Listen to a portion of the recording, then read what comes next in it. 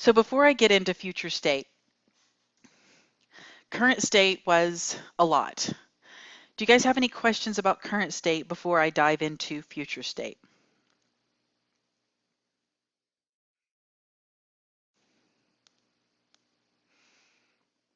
Okay, so let's talk about future state.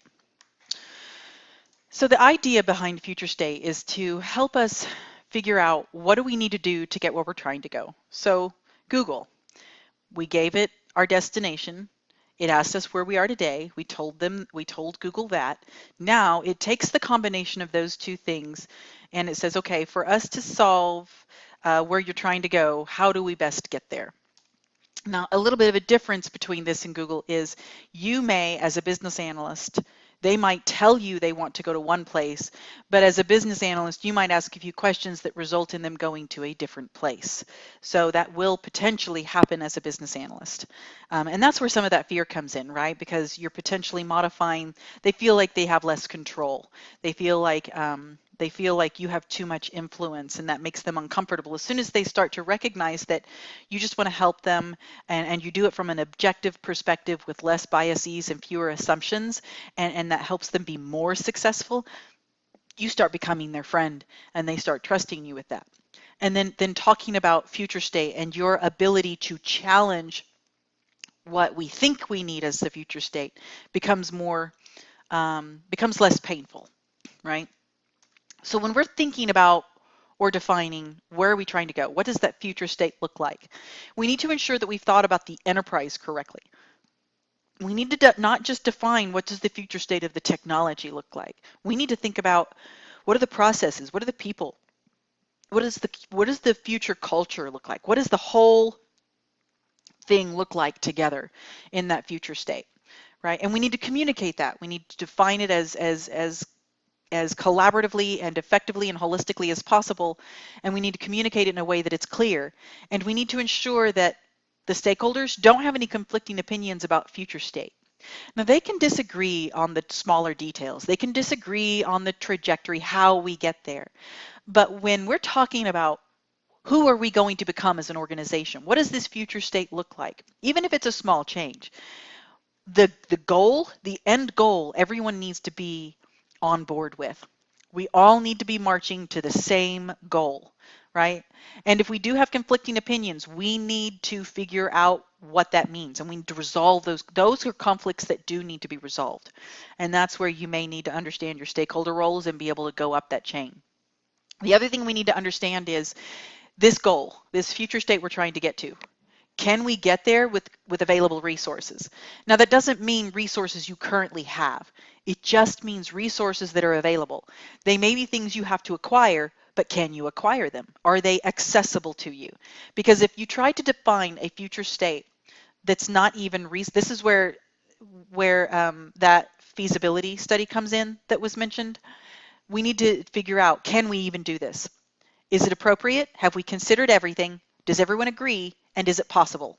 Those are the things we're trying to figure out right here. When we're defining our future state, we need to ensure those have been followed.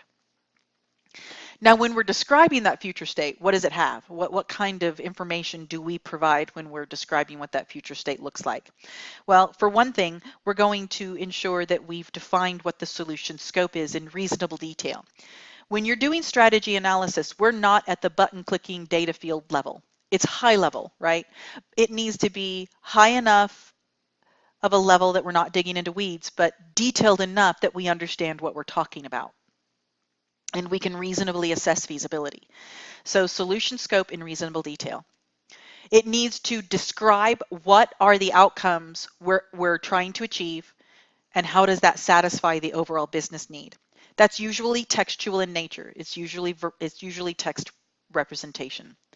And the overall value. What is the value we expect to experience if we achieve this future state by going through these processes and deliver these outcomes? What is the value we expect to receive from it? It can also talk about components of the enterprise that are changed. So we've talked about the big picture stuff, right? Why are we doing it?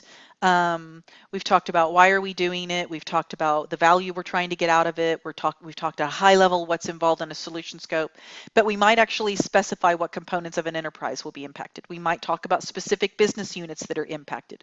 We might talk about specific technology that's impacted, specific processes that are impacted. Not at a detailed level, but enough detail that we can actually communicate confidently about it. We might describe the boundaries of the organization, especially if they're going to change. So when I was talking to you about the legacy modernization, part of the organization means people. And the organizational boundaries of the areas of life insurance claim management and short-term disability claims management, those had their own little boundaries, those had their own little organizations, and I'm describing the fact that those are going to be consolidated, and the boundaries of claims organization is going to expand, and it's going to be a singular claims group. And I might even say that other departments are going to be pulled into it, or maybe we extend the claims organization to include an external resource that's going to help us automate some of the claims processing and decisioning. So I might describe boundaries of the organization. I might describe existing components of the organization. Like I said, if I'm talking about the claims departments, I might describe the impact it will have at a high level, high enough of a level that it's appropriate for strategy, detailed enough of a level so that we can actually effectively explain the impact, but not so detailed that we could execute, right? Your future state at this level of strategy doesn't include executable functional requirements. That's in another knowledge area, okay? And when you're very, very early in a process, you don't do that. When you're more further into your process of change, you do that. So as strategy analysis, it's assuming that you're trying to assess the change and figure out the right solution approach. And you can do it at varying levels of detail. So elements, again, we're going to talk about each one of these with other slides. Do you notice an interesting pattern with color?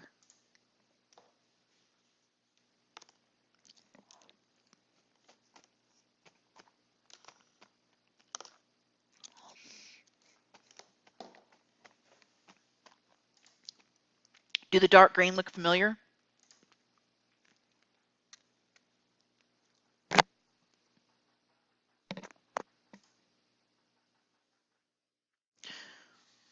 So yes, so these are all brought forward from current state. And then you've got some new things in the different colors, right? So these are things we will revisit from a future state perspective. We talked about them in current state. Now we're going to talk about what does that mean for future state. And then we'll cover these four new aspects. So let's talk about business goals and objectives. The business goals and objectives, these are, we talked about them in the past, in the current state. We were talking about what are the goals that we're trying to accomplish with things as they are today so that we can talk about why are we not accomplishing those goals. Now we need to talk about what does that future goal look like? What are we trying to accomplish? What is the outcome that we're trying to achieve that's different than today? Right? Or maybe it's the same as current state. We just want to maintain it, but in order to maintain it, we have to make some changes because things are happening or our technology is getting older or whatever, right?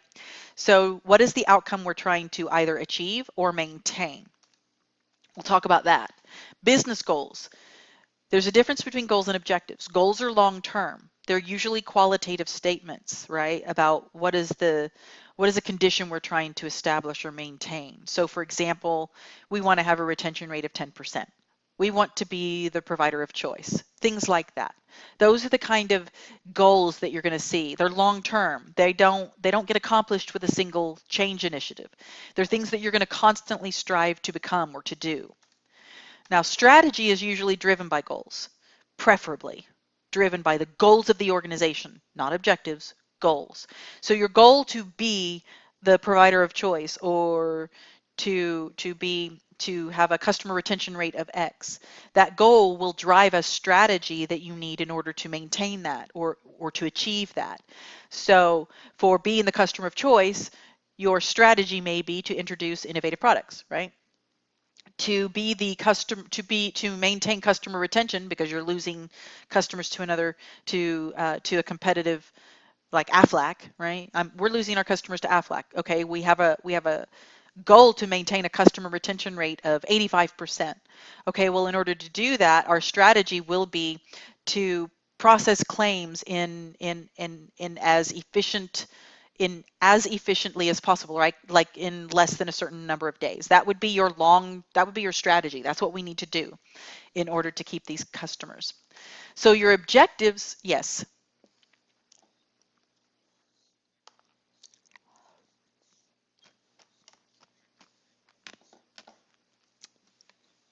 they're similar. They're very, very similar to the same thing. Well, they're very close to the same thing. Um, no, no. Huh? No, you won't have to. No. So your objectives are driven down out of your strategy, right? You have your goal as an organization, which drives your strategy, and your strategy results in behavioral activities or objectives that you need to accomplish. These are descriptive. They're very specific. They're usually time-based. They're measured, right? And so they do talk about SMART objectives. They recommend you leverage SMART objectives. Um, so out of all of this, you will derive needs. Okay, so your business need is usually something, it's a need for change. That's the need that is resulting out of understanding we have these goals and objectives. We have these goals that result in a strategy which have objectives, and based on these objectives, someone comes and asks us for something. That's where your need comes in, right? The need is when you recognize that your business need is your very first business requirement that kicks off everything else. So your business goal is to be the secondary insurance provider of choice. Your strategy is to provide efficient claims processing and innovative products. And your objective would be to reduce your processing time of claims by X%. And then they come to you and say, hey, business analyst, we need to accomplish this objective. Our need is to reduce our processing time. So how can you help us do that? And that's where your need starts. And then you start uncovering all kinds of requirements and you start defining all kinds of stuff, right? So that's how that happens. Have you guys heard of SMART objectives before? It's that specific, measurable, achievable, yada, yada. It's how we should be doing all of our goals, honestly. Hmm.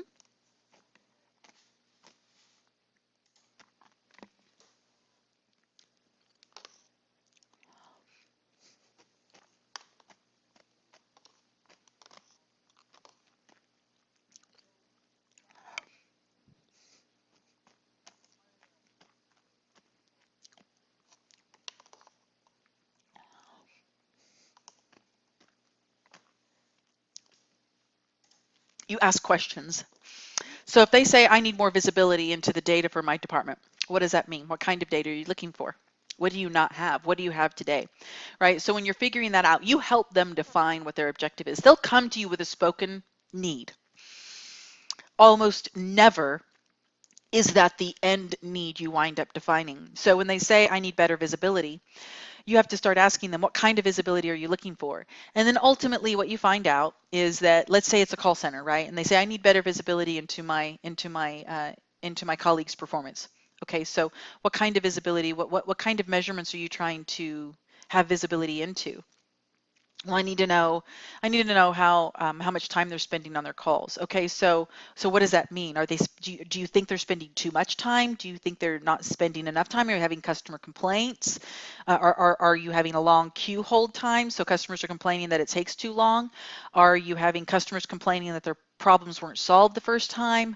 What are the problems that, right? And so you talk through that with them, and maybe ultimately what you find out is that customers are complaining because they're on hold too long. Okay, well then we need to reduce the on hold time.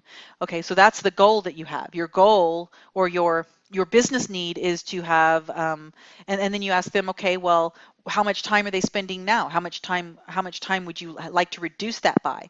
Ultimately, you come up with the business need of a reduction of average call time to no more than 5 minutes.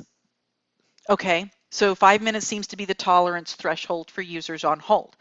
That's probably not it. It's probably much lower than that, but let's go with that. So then you have to start digging into what's the current state. what kind of calls are taking the longer, what kind of calls aren't taking as long, and maybe what you uncover is you need more people, or maybe you uncover that you need to automate some decisioning, or you need to give better access to the people on the phone, to your representatives, so that they can more easily answer the questions of the customers. Does that help?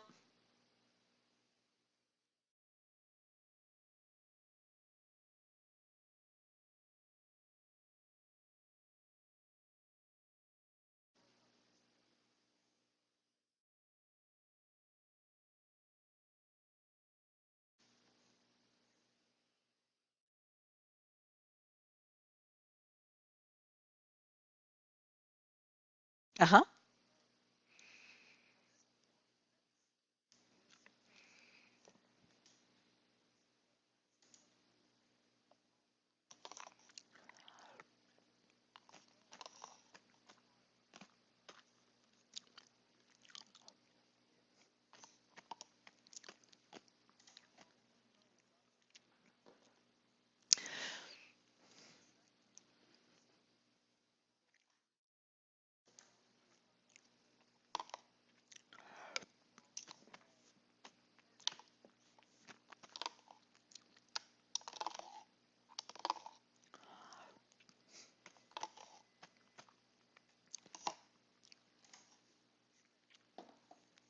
And that's possible. You will there are possibilities where, the person says, I want to reduce the call time to 5 minutes. Let me give this example, claims processing time, because this is a real example. I worked at a secondary insurance organization. Their competition was Aflac. Aflac processes claims in 24 hours, which is insane, right? The company I worked for processed claims in 5 days. Their target was to meet Aflac at first. So, okay, we'll start with that. We start doing all kinds of, we start doing our elicitation, we start analyzing, we do our strategy analysis work, and what we find is in order to do that, we're going to have to modernize our environment. So that requires a legacy modernization. And it was kind of time anyway, because the solutions we were using were being deprecated, and it was necessary to do anyway. Now, with that being said, and we had to start looking at our current policies. Well, so we started looking at things, and we realized we have a lack of standardization. So that was one solution. And we knew that that would probably shave a day off. So now we're down to 4. And then we said, okay, well, when we modernize, that'll probably improve us by a day, maybe 2. And now we're down to like 3. Okay, so we're down to 3 days. And our policies, let's say that our policies require every claim over $500 to be reviewed by a manager. And then we realize that 90% of our claims are over $500. So 90% of our claims have to be reviewed in a bottleneck. So we have a bottleneck now. And so let's say that, well, maybe we can reduce that. Maybe we can change that. Let's say that we've moved the threshold to 1,000. And now instead of it being 90% of the claims, it's 50% of the claims. Well, that's going to help us save time, but it'll probably only save us another day. So now we're down to 2 days. Now, let's be reasonable. Is it appropriate for us to go from 5 to 1? Probably not. So I have to challenge the organization. In my position, I would have to challenge them and say, it's not feasible to get to 1 day. Let's make our first target 3. Cutting the process time in half is probably going to be all you need to set us apart, because we have so many other differentiating factors, and that's where you have to understand the strategy of the organization. If the strategy of the organization is to be different, right, to be the different choice, then we don't need to be the fastest. We don't need to be the least expensive. We have a differentiator. So that's where I would challenge them and say, they give me the goal, I do my analysis based on that goal. Based on the results of the analysis and the feasibility understanding, I might have to come challenge them and state that the original goal is not achievable with currently available changes unless you're willing to change our market stance. Oh, we're not willing to change who we are. Okay, so maybe we shift what your original objective was to be something feasible. Because remember, here's the thing, it's not your responsibility to help them hit that objective. It's their responsibility to define the objective, take your recommendations. They make the choice about what to do or not. So honestly, they should be the ones that own it, which should give you some freedom and some comfort in saying, I want to help you achieve these things. I want to help you, but it's still you that has to achieve it, right? You don't say that, but it's implied. And then you be honest with them. It's important for us to be honest and transparent about what's feasible and what's not. Does that help? Okay. It's not easy. Yes.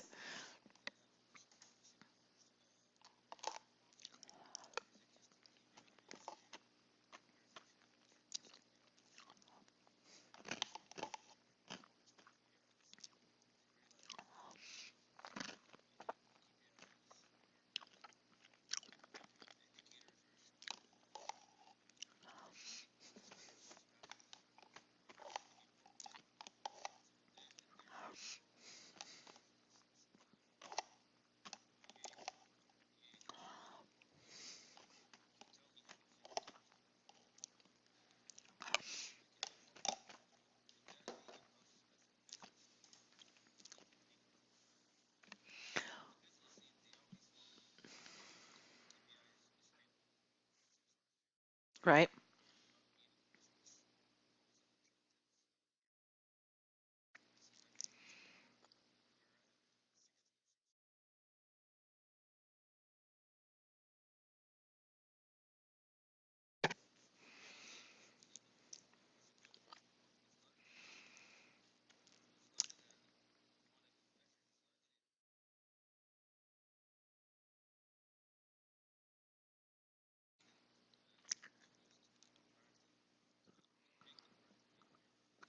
Right. So what that would, if that's the case, then let's say they come to you and they're like, they're trying to say that their goal is to improve productivity, and they ask you for visibility into that. So it would be up to you to state, okay, so giving you visibility won't necessarily provide the productivity. So the goal or the need that you're expressing to me is not an improved productivity, it's higher visibility. And so as soon as we can come to that agreement, and my first goal with you is to improve your visibility, I can make that a measurable goal. I can find a way to word it so it's measurable. And then you say, once you have that visibility and we have an understanding of productivity, we can do that. We can define what that next goal is. The other option is we talk about this and we say we want to improve productivity. Okay, great. What is the percentage by which you would like to do that? And the first step is, and we all agree that the first step is to improve visibility, but then we also all understand that we have to have a second phase to that effort so that we can reach your productivity improvement. So you can offer to do it in a phased approach or offer to do it in separated efforts. And it's up to them how they want to go about it. Yeah.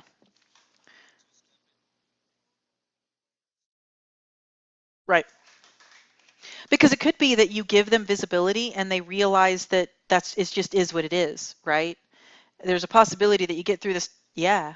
You could get through the first step and they can realize, yes, exactly. Right. Bless you. Sorry. Uh-huh.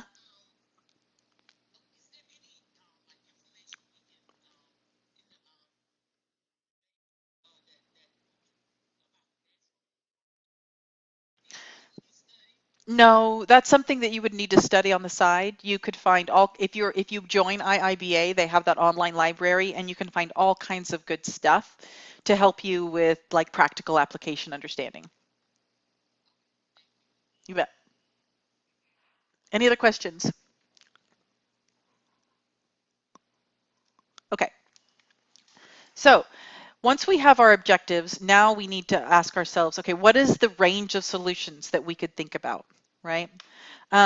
This gives you some examples of HR, but the first thing I'm going to tell you, the first range of solutions is the first range of options I have in front of me are buy, build, do nothing, right? So, but let's say that we're going to do HR and it doesn't make sense to build because there's so many solutions out there. Now I'm going to ask myself, okay, obviously I probably want to evaluate HRMS solutions. What are the range of options for that? And there are going to be all kinds of vendor solution options for that. So I need to look at what are all the ways I could consider solving this. So that's your solution space. Okay, that's your range of solutions. And it's really that straightforward. And you'll use that to start your process of evaluation, and you'll narrow it down, and eventually you'll actually find specifics that you're going to measure against each other, and choose specific solution options to weigh out. But first you're going to look at the solution space. What are all of the options? Well, if I'm talking about, I'm going to take you back to the claims process. Okay, so if I want to legacy modernize, I have to find a holistic ERP solution that provides claims management capabilities. So what's the solution space for something like that? So I'm thinking about legacy modernization. My first solution space is I'm obviously going to buy. There is absolutely no reason that I should custom code an ERP. So I decide I'm going to ERP it, and I'm going to ERP it with a solution that has claims capability. So what's my solution space for that? Well, my solution space is going to be all ERP solutions that have claims capability. Easy ones are some of the same that you see up here. SAP, Oracle, there are several others. SAP and Oracle are almost always in the mix. So what's the scope of solution space that I have to work within? I also have to think about constraints. What does constraints mean to you?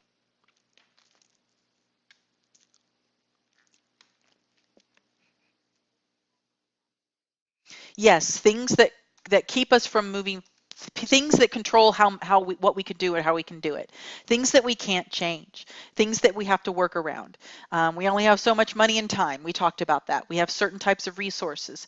There are certain types of technology. Maybe we have some regulatory compliance requirements we have to stay within, things like that. So those are things that kind of impact what our choices can be, because we can't change them. Constraints can't be changed. They're things that constrain our opportunities and tell us within what boundaries do we have to work. Another element of future state, our structure and our culture. Do we need to change the structure? With the claims example I gave you, we were definitely changing structure. Every time you change structure, you change culture. Every time you change process, you have the possibility of impacting culture. Understanding this is extremely important.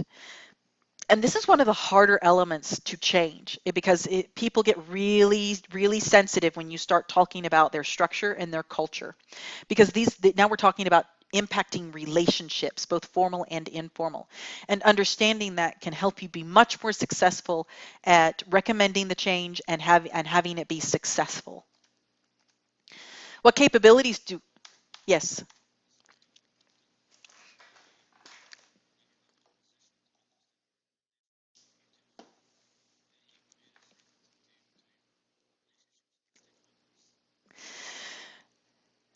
Um, it can introduce challenge, right? But it is the business analyst's responsibility to bring up if the organizational structure or culture are not going to support it. It is the BA that needs to say that. And if you don't, and it fails because of that, you get to own it. So I have had to, on more than one occasion, express concern about the culture being ready to adopt it. And if we need to do this change, then the organization and its leadership need to be prepared to shift the culture to support it. Both. Yeah, so if I'm internal, it's harder to make that recommendation. If I'm external, if I'm an external consultant, it's easier. Now, one way that you can get around that is if the organization that you work for starts to see the business analyst as a consultant, which is the ideal place to live. But it's hard, man. It's hard to get that shift in mindset. But it is, so it's all about, okay, the way I operate, I have to say it. Now, I might be very, very careful about how I say it, but it's just like with life and with my goals. For a long, long time, I would feel like it wasn't my place to be honest about certain things, right? Or I was scared to be honest about certain things, and then I wouldn't be honest, and I wouldn't be honest, and I would just not be honest. I wouldn't bring it up. I would just suck it up, suck it up, suck it up, and I would get so frustrated that I would wind up, someone else would come saying they're interested in me working for them, and I'd be like, yay, I can escape it and not deal with it. right? And what I realized is when I'm not honest about these changes, any failures that result or any unhappiness that I have is partially my own doing. So I have to be willing to say something. I have to be willing to bring it up. It's really and it's not about me. It's about I really want to help you. And I'm concerned about the ability for this to be successful for several reasons. And I'm very, very careful when I talk about culture, but I still talk about it. Um,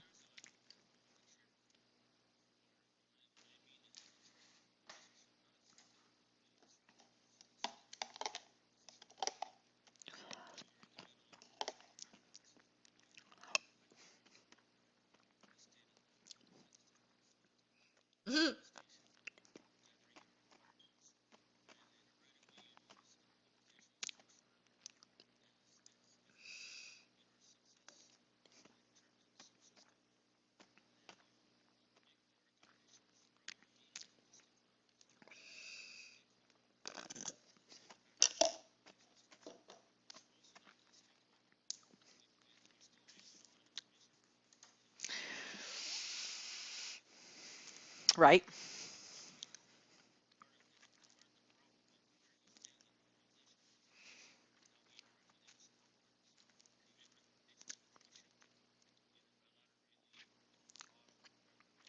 Yep. Yeah, and so that's where it's really and that's where it gets really sticky. You won't find yourself in those situations too often, but if you do, number one, your relationship with that person needs to be really strong. Number two, transparency with that individual and not letting them find out another way is a big factor, right? Um, Getting them at ease with the conversation, finding a way to present the information in such a way that they don't feel threatened, but find an opportunity in it.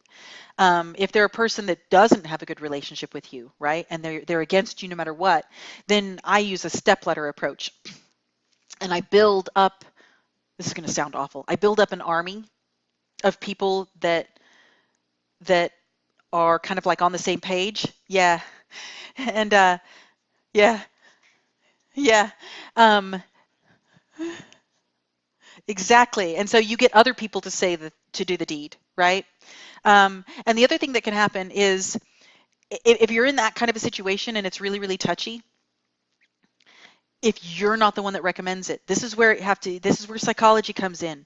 You know, a lot of people call it manipulation. I like to call it creative guidance. But you try to get them to realize that the structure or culture needs to shift. So now it's not you and your relationship isn't jeopardized, right? They're still going to resist you because you represent change, but they won't be mad at you for making the recommendation. So if you're in that kind of a situation, that's probably the best approach. Exactly.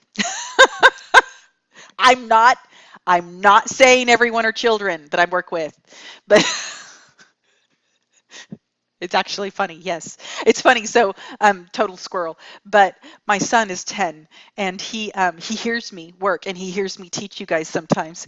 And I don't remember what we were talking about, but he looked at me one day and he goes, "Mom, are you BAing me?" I was like, "Uh." I'm like, yeah, yeah, I am.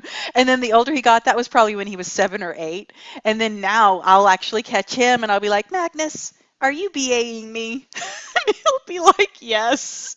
It's kind of funny. Okay, so focusing. All right, so moving on. Yes, yes, yep.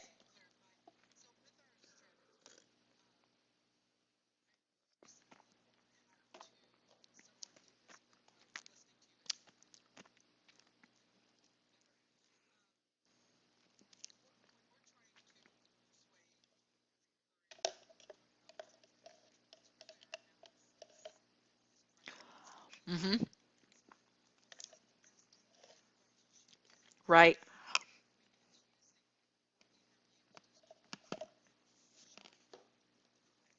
Mm-hmm. And that's why you draw your pictures and you do your requirements, the high level stuff, and then you show it, and then you start asking things. Okay, so if we want to get here, and this is where you currently are, so what challenges could you see with that, right? And if they don't come up with it first, you would say, so with our current organizational structure and these things, what would these people have to do in order for that to be successful? So you start asking those questions, and you're trying to corral them to come up with the answer of, oh, our culture is going to be a problem with this. And then you say something like, I mean, that's a valid concern. So what do you recommend we do about that? And in your head, oh my God, it's so painful, because in your head, you're like, I could save us 2 hours. No. I mean, you can recommend software all day long, but as soon as you start being the one recommending structure and culture change, you're a bad guy, right? Now, what will happen over time, eventually, when they start looking back, they'll be like, oh, that little sneakster, she knew all along, right? And then they'll either not trust you or they'll respect you. And that's where your relationship, maintaining a really good relationship, comes in. And when people, sometimes people will be like, they'll look at me and they're like, are you trying to get me to say something? And I'll be like, I certainly am. It needs to be your idea. I'm like, I am so honest. The older I get, the worse it gets. Okay, capabilities and processes. We need to look at what are the things we have and what are the things we're capable of. What tools do we have? How are we doing things? How is that working or not working? Do we need to keep something? Do we need new capabilities? Do we need to change the way we're doing something? These are all necessary, and we need to communicate. What do we need to, it's like crack, right? Keep, remove, add, change. Not like the illegal stuff, but the BA stuff. Keep, remove, add, change. They talk about that from a system perspective, but it also works with process and people and stuff like that. So you need to think about crack. What do we need to keep? What need we remove? What do we add? And what do we need to change from the perspective of capabilities and processes? And what kind of enablement do we need? Well, if we've got these new processes and we need to make these changes with people, does our current infrastructure support that? Do we have the right technology in place? Do we need to augment it in some way? If so, what does that look like? Okay, does that introduce additional dependencies? Does that introduce additional risk? All kinds of stuff. So we need to think about our technology and infrastructure of the future, and what does that mean as it relates to this change or this goal that we have, right? We think about that. Our current policies, do we need different policies in the future? For example, I talked about that $500 limit for claims reps. And if you look at all of the data and we realize, you know what, our future policy needs to give more power or authority to some of our claims reps. Maybe we differentiate, maybe we implement career paths, and we have levels of claims reps, and that higher level of claims rep can do the 500 to 1,000, and only 1,000 and over goes to management, and I've reduced my bottleneck, right? So what policies are in place that may need to change? Do we need to shift the way we're structured to support this? And I talked about that with the claim stuff, right? We're going to organize and consolidate, because with every group, they had different hot spots in the month, right? They had different times of the month that they had a spike in claims submittal. And so we would have some claims groups that were just frantically processing and some that were twiddling their thumbs. So when we consolidated and we taught everyone cross-functional, and we had, and only complex things had to go to a next level where someone specialized in that product line, we greatly increased the efficiency of claims processing. So that can be something that is recommended. What assets do we need to change? What assets do we need to add? Do we need to improve our facilities? Do we need to improve our knowledge-based stores? Do we need to, what kind of things are necessary to support all of these other elements that help us get there? Now, when we're doing all of those things, all along the way, we're talking about future state. Well, we don't, unless we're in the wrong profession, we can't predict the future. So we're constantly assuming things. So we need to make sure that we are recognizing that. We need to identify and understand those assumptions. What are the assumptions we're making? And I'll take that further and we'll say it later, but we document them. Okay, so we need to identify, understand them, and be able to assess the value based on those assumptions. So when we look at this and we look at the future, we need to evaluate that future and figure out what is the value we would get from that future state. Right? So we're going to try to meet that objective. But what are the values? What are all of the values that we're going to get from that? What kind of efficiencies are we going to get? Are we going to improve morale? Are we going to increase revenue? Are we going to reduce system architecture? So we're going to save licensing. What is the cost of all of that? So we're going to do a cost benefit, really high level, for what that future state looks like, because we have to ask ourselves, and it's going to be a guess, because every system, when we get further into strategy analysis, we start identifying what are the potential solution options, and we start defining more detailed cost benefit.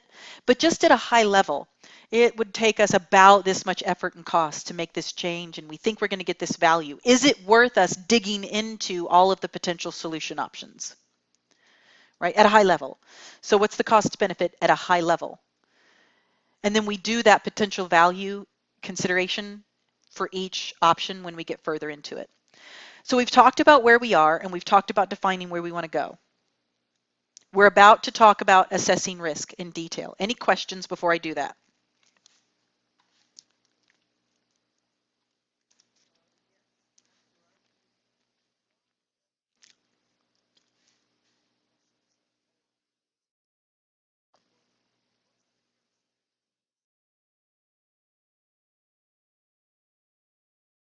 So the solution space is, if I look at, I'm going to do an ERP for HR.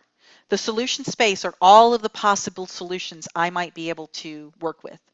Solution scope, and that's out there and that's generalized. That's like brainstorming solution options. Okay, that's what that means.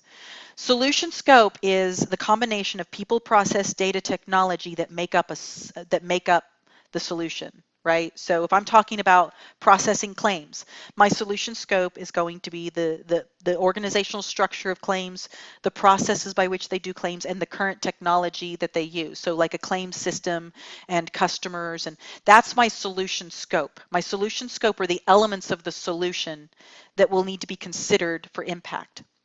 The solution space are the different solution options I would have from a technology perspective. Does that make sense? Okay. All right. So let's go on to assessing risk. So when we're talking about assessing risk, what are risks? What does a risk mean to you? And why should we worry about them?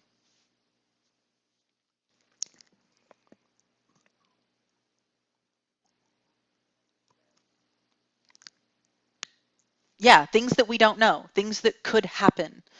And we worry about them because, huh? Yes, things that may or may not happen, uncertainty. And why we should worry about them is they can impact our ability to be successful, right? So when we talk about risk, Babok treats it as a negative, and it treats positive risk as opportunities. Those are considered needs, okay? Now if you go to like a true risk management, there's positive and negative risk. According to the Babok, risks are considered a negative thing that can impact your ability to provide those outcomes that are desired. And when we do risk assessment, the whole purpose of this is to help us manage those risks effectively, right? So when we're talking about assessing risk, we're talking about we want to make sure that we understand it, recognize it, understand it, document it, manage it. That's what this is all about. And this is different than project management risk, because project management risk will have the risk that we as business analysts do. It'll include that, but it has other risks that we as business analysts won't necessarily worry about. So when we're talking about risk and we're assessing it, one of the first things we ask ourselves is, what is the likelihood this is going to happen? And what is the potential impact it would have, right? And we will score something based on that. So if it has a really high probability and it could have a significant impact to our project, it gets a score of 80. If it's not likely to happen, and even if it does, it's probably not going to impact much, it gets a score of 1. Now you would naturally think, let's say that we've got one that's 12 and an 80. Your immediate thought would be the 80 gets the attention first, right? It gets the immediate attention.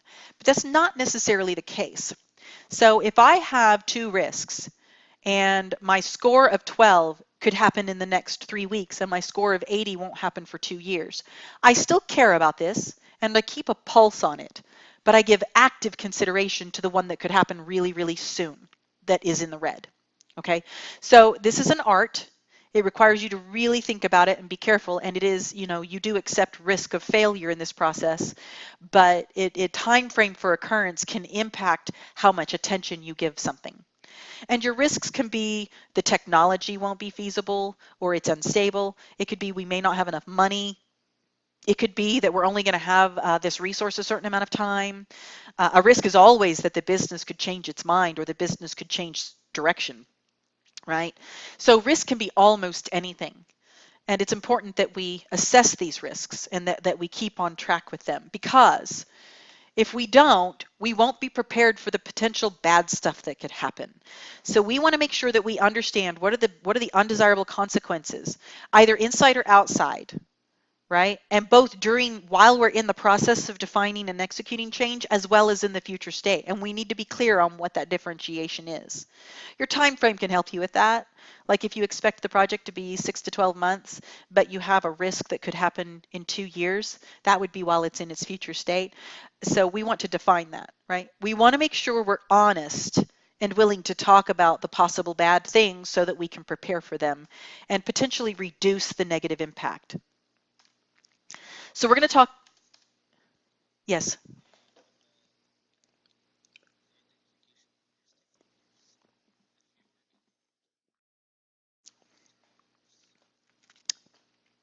People are a risk. Yep. Yep.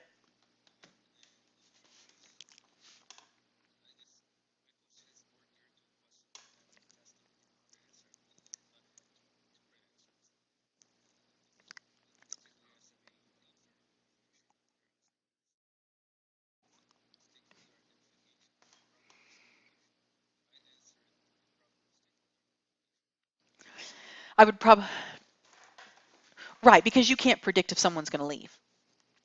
So it would be important for you to be aware, and that would be a risk on every single project. People can leave at any time without notice. Yeah. And yeah, I mean, what if someone has a heart attack or gets hit by a bus? God forbid. I mean, that's awful to say, but it's something that can happen. And then what? Right? So your proper risk mitigation would be that you have a backup. You have someone else in mind that you can quickly get up to speed and can move forward with you. Yeah, you bet. So we're going to talk about unknowns, constraints, assumptions, dependencies, potential negative impact, the tolerance for risk, and recommendations. Okay? Unknowns. They're always going to be there. We cannot fully predict anything. Okay? So there should always be a risk that we don't know what we don't know. We can estimate the impact of that. It's just going to be a guess, right? How predictable the situation you're in will impact your estimation of impact, right? So it'll influence that. So if you're in an unpredictable situation, the estimated impact could be high. If you're in a fairly predictable situation and you're pretty comfortable and confident, you would probably have a low estimated impact of unknowns, but you would still potentially have unknowns. You can look at lessons learned, you can look at past projects, things like that, especially if it's one of those predictable things that other people have done, things that we've done before, and you can learn from that history.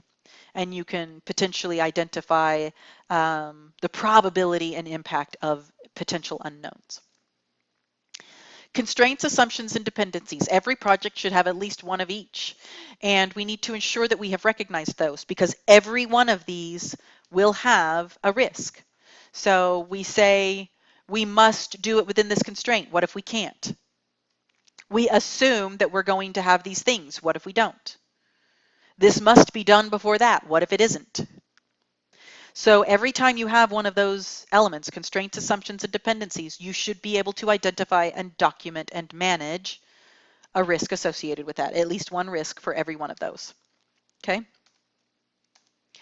Negative impact to value. When you identify a risk, you have to ask yourself, how bad could this be? How likely is it to happen? And if it happens, how bad is it? Because you can take that and you can use computational, you can use computation to figure out what is the potential impact. And that's where that grid comes in handy. It's really hard to translate that into dollars. You could, dollars and time and stuff like that. I don't typically try to do that because that is a lot of effort, especially if you're on any project of any size. So, but I do give it a score, and I am clear that it could have, I might actually say this is a financial risk, this is a time risk, this is a this kind of risk, right? I'll say what category of risk it falls in, but I won't necessarily try to convert that to financial terms. Because as soon as, I mean, in my experience, as soon as I do that, that's not treated as an estimate. It's treated as more of a definitive, and then that just causes trouble. But you do want to estimate the negative impact. I use that score that you saw earlier. Risk tolerance, it varies, both at an organization and at an individual level, and they don't have to be the same, right? So you could have an organization that's insurance. You can have an insurance company. An insurance company is going to have a low risk tolerance.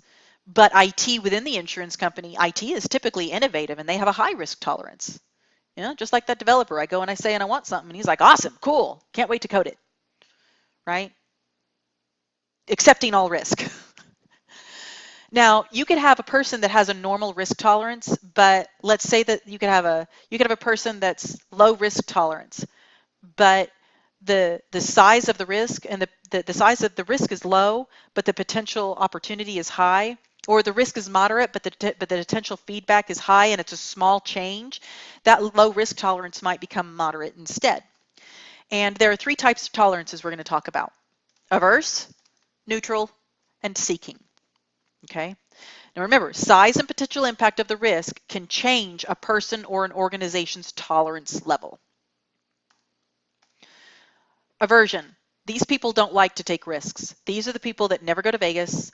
They always invest in the secured bonds. They don't like the foreign equities, right? So these are people that are willing to give up a lot of value to ensure trade-off, right? They will give up high value if the risk is too much for them to tolerate. They are willing to take a smaller value if it is a more assured success.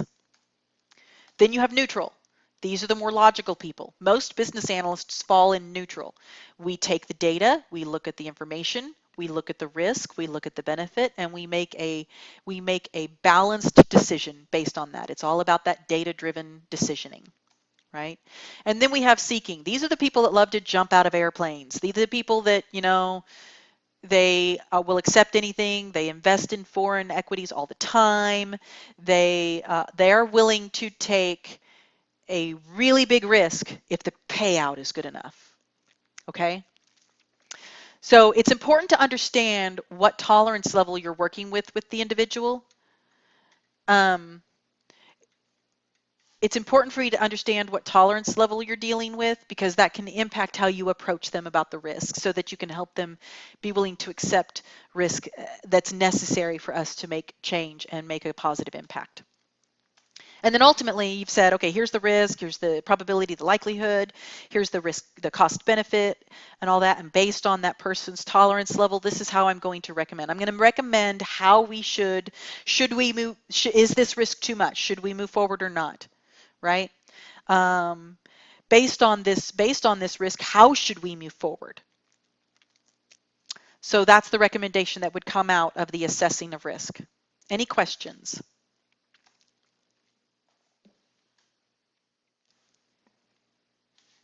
Okay. The last task, and then I'll give you guys a choice.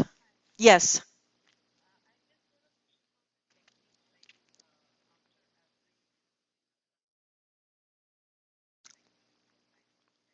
Right?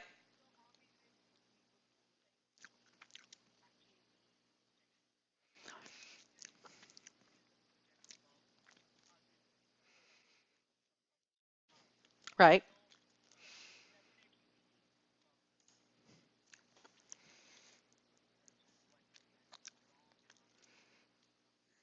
Mm-hmm.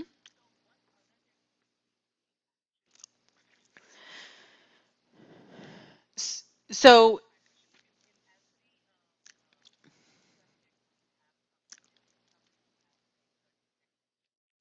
hmm And it's not an inclusive. It's not you have to do all of these techniques. It's any one of these techniques could be leveraged. And it depends on the combination of the complexity, the criticality, and the personalities involved. Because if you have a situation where, let's say that you need to do, let's say that you're in a situation where you really don't know what you don't know. And you're in elicitation and collaboration, and your options are like interviews or workshops or brainstorming or document analysis or any of those things, right? So it would be based on the parameters of this challenge in front of you. If you're working on a situation where it's a huge unknown, you really don't know anything about the business processes, you don't know anything about the systems, then you're going to do a workshop. And you know that that's probably the best way to start because it gets you the most information the quickest. Let's say that you've already done the workshop and now you're down to the point where you're just trying to get some more detail out. Then you might do one-on-one interviews. So it depends. It's not just about what knowledge area or task that you're in. It's what are all of the parameters involved. And you could have a situation where you really need to do brainstorming, but the people that you're working with, they aren't really creative and they're not comfortable speaking up. So maybe you have to do a different approach first, a small technique to get them ready for that, and then you do that. So it depends on, like I said, the criticality and complexity. The higher the complexity, the more detailed techniques you're going to use. The personalities involved can impact what techniques you choose because you don't want people to shut down, but at the same time, you need them to be willing to be collaborative and speak up and be creative. So it just really depends. There's no one answer for that. It's going to depend. Every single question you get could have a different technique that you should use from that knowledge area or that task.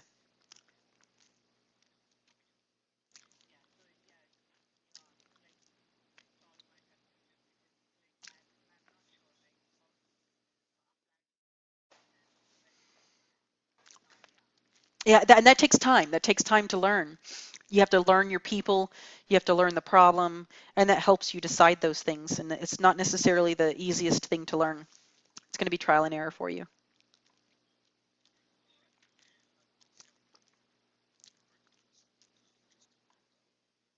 Okay? Okay. Constraints, dependencies.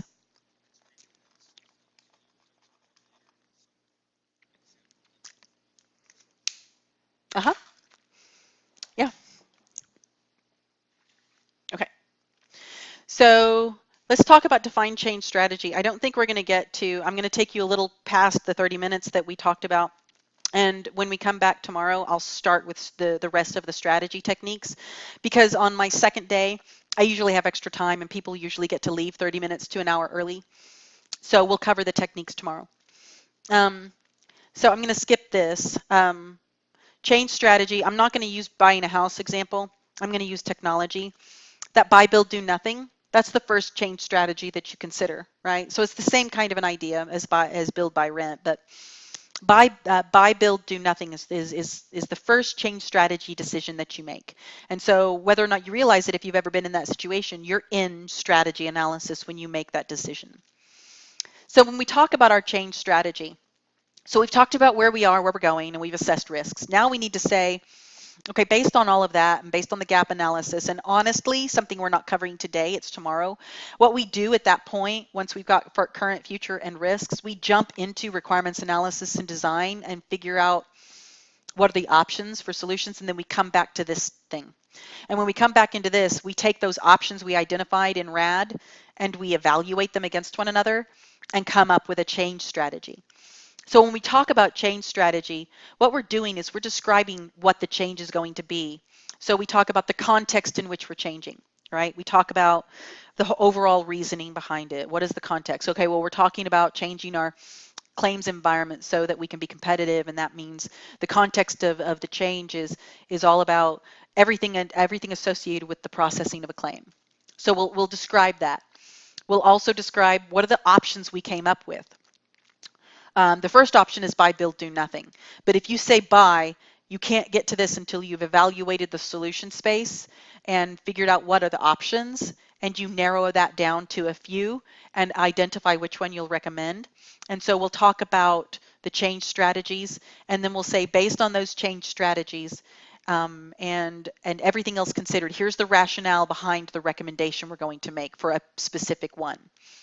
And then when we talk about that specific one, we start talking about, okay, what's needed? If this is what we're actually going to do, what are the resources? What are the investments that we have to be willing to put into place to get us there? And who's involved, right? So really what I just described to you, there's a document that we typically make as business analysts that that combines all of this. Can you guys tell me what that is?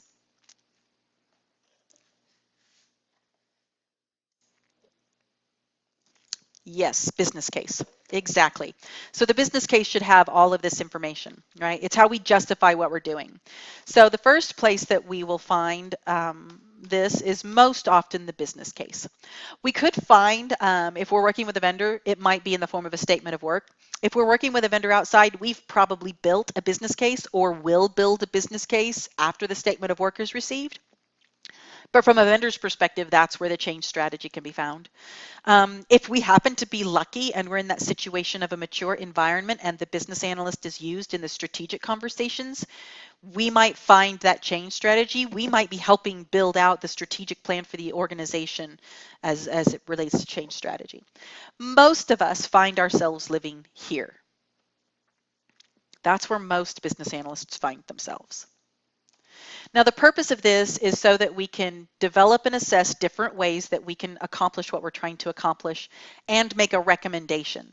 Now, who actually chooses the approach?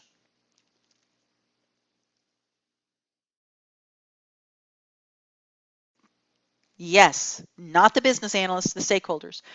I will present the information and then I may not even make a recommendation. I'm in a current situation where the culture, they have got to come up with it themselves. So I just present all the data and then I hope that they make the right choice. Now, if they don't make the right choice and I know it's not the right choice for them, I might ask them, what makes you want that one? Okay, well, why that? And eventually I will hopefully get them to realize themselves, oh no, that's not what we need, and get them to go the right route, but it's still them that chooses it, right?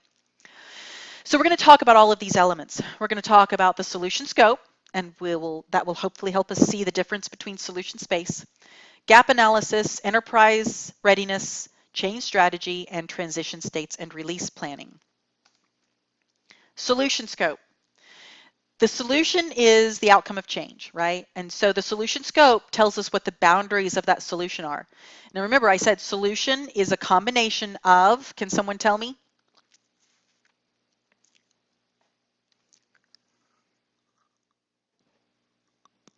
4 elements. What was that? Yes, what are the elements of the solution? There are 4 elements. And data. Data, yes. And that's not something to do with the Babok. It's something that I'm trying to help people understand, that a solution is not just a piece of software. A solution is the data that goes in that software, the process by which we manage that data, and the people that have to use the process, right? So it's important that we consider all of those elements. And when you define a solution scope, it's not just the technology. It's everything that touches, everything that makes that work. Okay, so that's important. And as we learn more things, we can change our solution scope and we can change our scope of change. The solution scope and the change scope are different things. Okay, it's important to realize that. So the solution scope should be described in enough detail that we can use it, but not so much detail that we can actually change from it. Now, once we know what the solution scope is, we've got our current and future state. Now we need to look at what's missing. So when I compare current versus future, what are the gaps? And what are those gaps comprised of? Are they processes, people? Do I need more training? Do I have infrastructure necessary? What are all of the gaps, right? Because understanding all of that tells me what are the things I need to consider in this future state. That impacts my cost benefit, it impacts my requirements, all kinds of things. So I'm looking at current, looking at future, comparing it, and making a list of all of the things that are missing. And that usually comes in the form of modified processes, requirements, constraints, dependencies, all of those things we've talked about. You can write out a list of gaps that can help you make sure you write all of the right requirements and document all the right processes and yada yada. Or you can just look at that, and based on the gaps, start filling in those gaps with requirements and stuff like that. That's what I typically do. I don't have time to do the intermediate steps. So the first thing you do is you document current state. That tells you your whys and stuff like that. You're probably getting some understanding. So as soon as people say this hurts, you are kind of identifying a gap because you're identifying a need. But when you start talking about where they want to go, you are figuring that out. You're not talking about what's missing at that point. You're saying, okay, so now we understand where you are and why that hurts. Well, tell me where you want to be. What is your goal? Right? And so they describe what that future looks like to you, and then you will document those two things, and then you get your gap. You compare the two, and then you document your gap. Now, in reality, you're kind of uncovering the gaps as you go. And then when you get your current and future state, you're doing two things. You're verifying that the gaps you already recognized are true and valid, and then you're identifying new things that you hadn't been aware of before. Does that make sense? Supposed to, yes. Because you got to know the both. You got to know both to figure out what's not, yeah. But when you're doing current state and people start complaining, that's a gap in need. You've identified a need, right? Which helps you define future state. So it's kind of, it's interesting. But think current and future are defined. Right.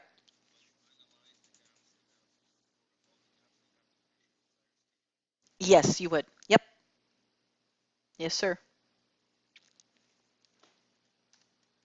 Now, when you've done that and you've looked at current versus future and you know what's missing, you have to ask yourself, can the enterprise make the change? Are they ready culturally? Do they have the right training? Do they have the right, what are the things that they don't have right now? If I give them information and enable them to know what they need to do to make the change, are they ready? Can they do it, right? So that's one level. Are they capable of moving through the change? Also, are they capable of utilizing it and continuing to make it work once it's already in place? And then even if they do that, they may not realize value. It's important that the answer to all three of these is yes. Yes, they can make the change. Yes, they're ready to utilize and sustain it. And yes, they're going to get value from it. If the answer to any of those is no, we have to ask ourselves, is this worth doing? Because if the enterprise, you could have a situation where your current and future state are well-defined. You've got your gap well-defined. You know what you need to do. It's feasible to do it from a technology perspective, but the organization is not going to be able to accept it, then it's not worth doing. So it's important that we assess our enterprise's readiness to do that. Can they afford the necessary facility change? Are they culturally ready to do the organizational shift? Are they culturally ready to do process change?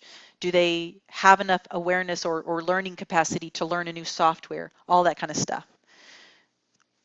Can they afford it? Do they have the time? Do they have the capability?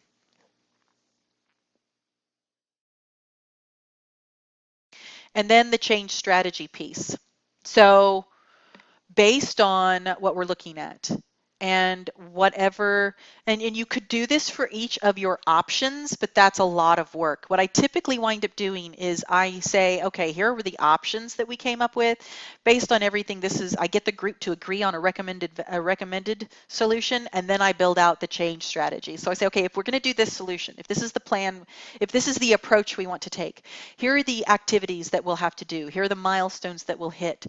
These are the things that we'll have to complete in order to get us to that proposed future state, right? So we'll identify multiple options, but we'll choose for the actual activities associated with implementation, we would want to identify which is the recommended option. Now we can, again, you can identify multiple options through brainstorming and then plan out activities per. Maybe you have a recommended solution and you've got multiple ways you can accomplish that. So change strategy is where we look at what is the change we want to make and how can we get there? What are the activities we need to do? Do we have options in how we do it? What are we looking at here? Now the change strategies, you could have a change strategy that's amazing. It has the most points when you do the raw score. but it's so expensive that it's not worth it. And there's another one that's just maybe 5% lower on the requirement score, but it's really easy to implement. It's likely that that's the one that they will choose. So the change strategy recommendation is going to depend on many things, like how ready are they culturally? Are they going to? So when I did that CRM thing I just told you about earlier today, one of the solution options met most of the need. We had 3 solution options that all 3 would work. But one was so similar to the solution when it comes to look and feel. It had the same feel as a solution we already had in place. And culturally, we were like, no one's going to use it, even if it does everything we want. And even if it's easy to use, no one's going to use it because all they're going to think about is the solution we're trying to get away from. Great, it's gone. Because the other 2 solutions we're considering are just as good. Right? If one's more costly, and that's where we said, okay, well, these 2 are left. This one's really expensive. This one's moderately expensive and does almost everything the other one does. So that's what helped us narrow it down. That's what helped us narrow down which one we would actually recommend to move forward with. You know, which one had the best trade-offs. You can develop a business case for each one. If you write a business case well, it's an endeavor. My business cases are anywhere from 10 to 15 pages each. I do not want to do that for every possible option that we have in front of us. I will get the group to suggest one, and that's the one I build my change strategy on. Again, the very first change strategy you decide on is buy, build, do nothing. But once you've decided on buy or build, you get it narrowed down to a solution option, and you build a business case to justify the need. And it has all the risks, it has all the constraints, assumptions, it has all that stuff in it. So everyone knows what they're getting into and everyone agrees to it. And then it's the business owning it, and it's not just about you making a recommendation. Now, for the one that you anticipate moving forward with, for the recommended solution, usually your business leaders, particularly upper level, are going to want to know, what am I going to get first and when, right? So it's ideal to be able to go ahead and identify at a high level what are the transition states we'll go through, and just really high level, you know, estimating. It's a guess at this point, but do your best to be able to communicate what value can I deliver, how quickly and when. Don't put specific dates to anything. Don't put specific numbers to anything. When you're in business case mode, it should be ranges, because you don't know enough to be specific yet. But you will need to be prepared to communicate what are the phases, what are the iterations we'll probably go through. Not down to sprint level, I don't think, but you'll need to communicate releases at a business case level, if that makes sense. Any questions?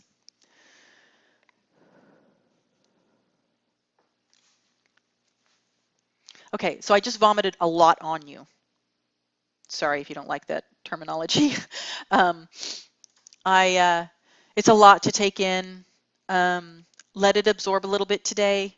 Tomorrow when we start, the first thing I'll do is open up for questions about today. I want to make sure that you're as clear as is reasonably possible with how fast we're covering stuff. And this is not just adaptive. These workshops, I've done them for other companies. It's all fast. So just keep that in mind. We'll do our best to answer questions and keep you guys kind of on the comfort flow. I'll first cover the rest of strategy analysis techniques, and then we'll dive straight into requirements analysis and design definition. RAD is pretty big, solution evaluation is pretty small. I think we're going to be able to fit everything into 4.5 hours tomorrow and get you all caught up.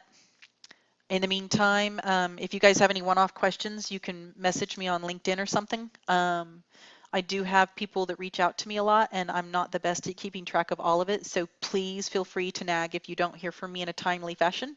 Totally fine with that. Any closing comments before the solution? The rest of the strategy analysis techniques I'll cover tomorrow morning. That's going to be tomorrow morning. Yeah, when we cover, hold on.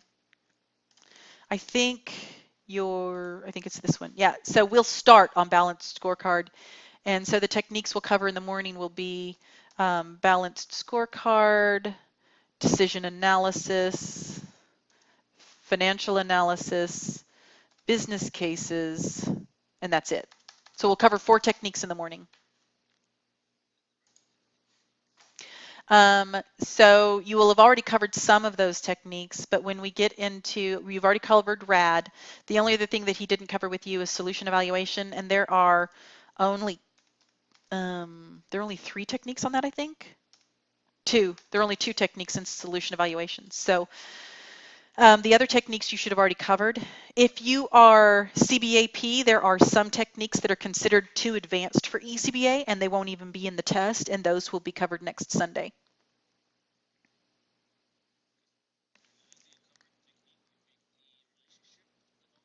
Yep.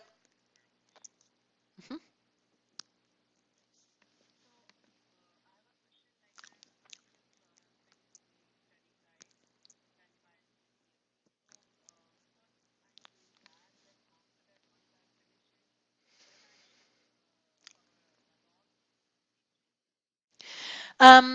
If you've done the study guide, I do recommend you start reading the Babok like in your spare time, but I would recommend that there's an Excel template on there's an Excel template for planning out your modules and stuff on your Succeed platform.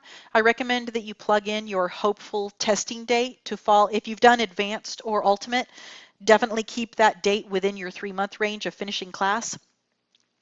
And then it'll backtrack and it'll tell you by when should you finish your little question banks, right? So that you can stay on track. I would be doing your question banks while you're covering these knowledge areas. Don't wait to do the question banks until the very end of training. I actually recommend that you read the study guide and the Babok for the knowledge areas I'm covering and start taking the question banks for the areas I'm covering.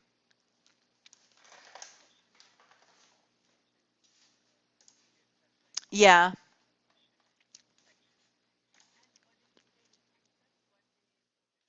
There's where is it? I think it's in the study guide section, reference materials. There you go. This right here.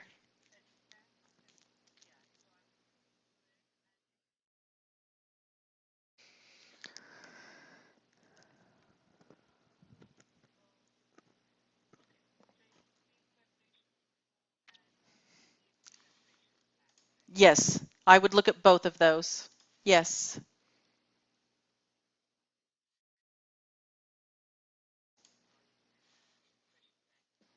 Right. This is just high level. Yes.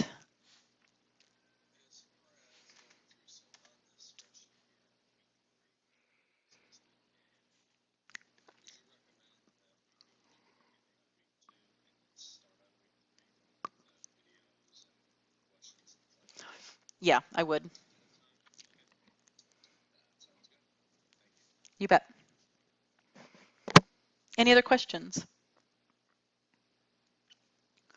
Well, thank you for today. I know that it was, I didn't pause very long, but I know that it was a lot. You guys helped me forget that I'm sick for a little bit, so that's really good.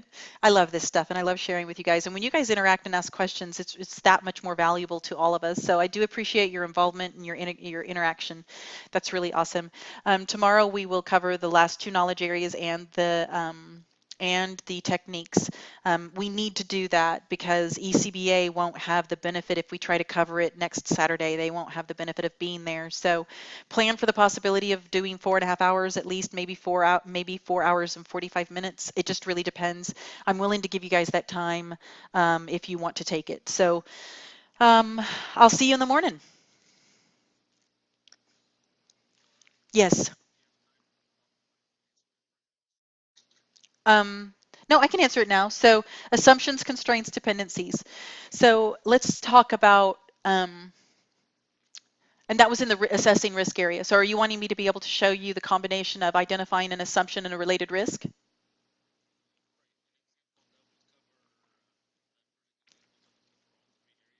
Okay. Yep. So let's talk about One of the most complicated processes I've been through is that ERP transition, right? So an assumption of the legacy modernization. An assumption of legacy modernization would be that we can convert all data. We can effectively convert all data, and another assumption would be that the data that we're converting is acceptable to convert, and that we can clean it up if we need to. So, but what if it's not? Okay, so if we find that we have lost data or corrupted data or data that is so dirty that we can't effectively clean it up, what is the risk of that happening? What is the potential of that happening? Now, if we have that kind of a risk from a requirements perspective, how do we overcome that risk, right? Some things that we can do to prepare for that risk are, because we're talking about, at this point, we're in strategy analysis. Well, one of the things we can do to try to mitigate that risk, if we're aware of that being a possibility, is to begin scrubbing the data now, starting to look at it, starting to reduce that potential risk by ensuring that we understand what our current data looks like. Does that help?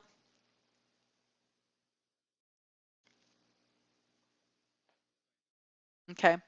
Another assumption is we assume that we're going to have the budget to be able to make it through to the end, right? The risk is that we don't.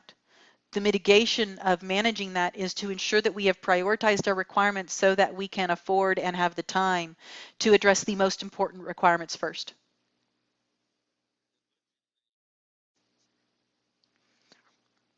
It is both.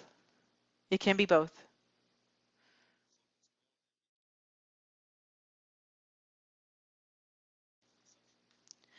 It can be a constraint and an assumption, right? So your constraint would be we only have so much money to work with. The assumption is that we're going to be able to deliver what we need to deliver within that budget. Yeah.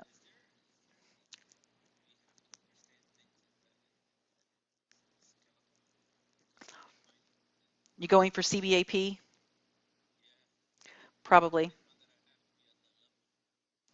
Yeah, and I don't think you're going to get that level of detailed or that little level of complexity on assumptions, constraints, dependencies. You'll get some, but I don't think it'll be highly complex. Where the CBAP is much more complex over the other solutions is, this is what I keep hearing, the need for understanding UML is what catches a lot of people. But LN is going to be spending, LN and I will both be spending some time with you on those. Yes. Yeah, this next weekend. You bet. Good. I'm glad. I mean, there are times when I love doing this more than I love doing business analysis. It's almost like that exponential payback, right? I help you be better, then you go do other things better and you teach other people, and it's just like, yeah, it's really neat. I'm tired though. What's funny is, I mean, I get energized with you guys, but this is really a very calm version of me. You guys are so lucky. Anyway, any other questions?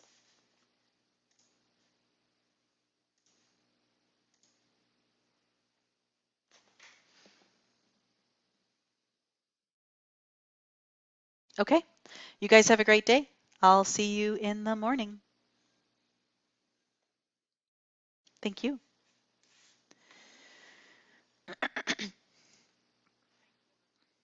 Thank you. You too. I'm going to just go ahead and end the meeting for all. I'll see you on the morning.